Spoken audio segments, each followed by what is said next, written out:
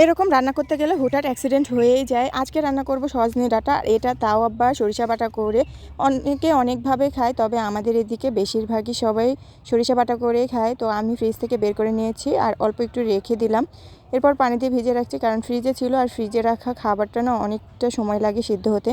এরপর এই তো বাটা মশলা করে নিয়েছি, এখানে পেঁয়াজ, রসুন, কাঁচামরিচ আর সরিষা দিয়ে সুন্দরভাবে ব্লেন্ড করে নিয়ে এখন এই তো কড়াইতে তেল দিয়ে দিয়েছি। আর বাটা মশলা দিতে গিয়ে তো অ্যাক্সিডেন্ট হয়ে গেছে।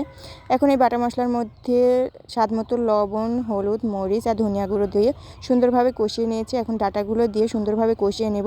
আর আমি বেশিক্ষণ দাঁড়িয়ে থাকতে পারি না, আর এখানে বসারও তেমন কোনো জায়গা ছিল না, তো এখানে বসে বসে ডাঁটাগুলো একটু সুন্দরভাবে কষিয়ে নিলাম।